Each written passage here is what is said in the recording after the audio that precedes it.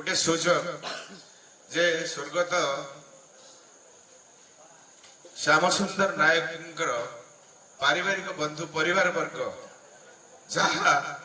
थिबा बेले कहि पारि नथिले तका वर्तन समय रे कहबा पई एक मंच अछि। तेणु यह गोटे सुजोग से स्वर्ग रे थई निश्चित अनुभव करिवे। तेणु समस्त परिवार वर्ग समस्त को अनुरोध करुछि परिवार वर्ग मध्यरु यदि कोई महिला कि पुओ माने यदि कहबा चाहते दयाकरी आसंतु एवं गोटे सुजोग अछि जहा तका वर्तन रे कहिबार। परवर्ती वक्ता निमापड़ा अंचल जड़े सुनामधन्य सीनियर एडवोकेट समस्त प्रिय छवि बेहरा महोदय को अनुरोध करी से आज श्याम भाई एकादश उपलक्षे श्रुतिचारण करेंगे। श्रुतिचारण आवश्यकता विशेष करी से परम बंधु थे मित्र थे साथी पाठ पढ़ुले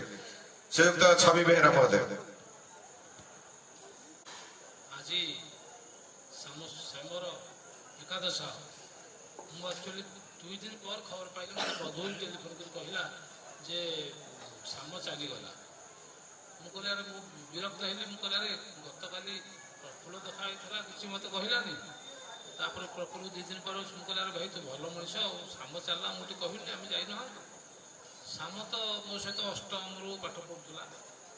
ये चल चली जाए स्कूल से तो साइकेल प्राय समस्त न था डीहबारी श्याम प्रफुल्ल मोहन मोहन आम तले बैचर प्रफुल्ल एक्चुअली आम ऊपर बैचर कि आम बंधु आ मोहन थाए मोहन तो भुवनेश्वर बोधे एस्टाब्लीश्ड ये 3 जन जाती मोर जहाँ मन पड़ुची हाईस्कल को जाती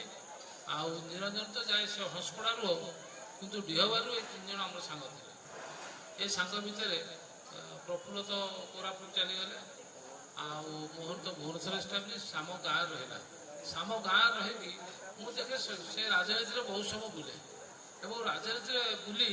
से सदाबे चाहे केमी गाँव किसी कम हम सी एमएलए पाखे सदाबे बस थाए जिते बड़े 90 मसीह वेणुबाबू थे एमएलए ये भी पाखे सदाबे थाए सब समय गाँव केमी उन्नति हम से लगी था जिते देख मोर तार बहुत भल संपर्क इवन भी हाईस्कल पढ़ला बेले मुझे प्राय आसे घरे से कार्तिक मसर गोटे उत्सव है प्रति वर्ष कार्तिक मास को डाके आम आसी प्रसाद सेवन करूँ भाई जी थे श्याम साहू से दुकान में काशी बाबू काशी बाबू रवि तो आम सहित अति संपर्क होगा अन्य भाई माने भी मो सहित अति क्लोज रिलेटेड थे। तेणु प्रति वर्ष कार्तिक मसरे घरे पुराण पढ़ाए से आसू कार्तिक पूर्णिमा पढ़ाए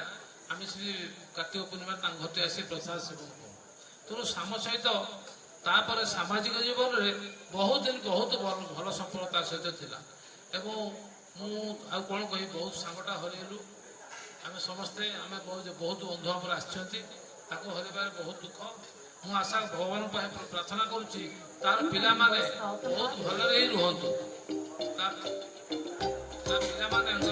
माने उत्तर उत्तर उन्नति हो से भले रुहतु। प्रभु वासुदेव को डाकुची जगन्नाथ को डाकुची जहाँ को ही माने मो जीवन में वासुदेव मुझे जगन्नाथ को माने पाखे मोर प्रार्थना ता पिला उत्तर उत्तर उन्नति हो से बहुत भले रुहति यहाँ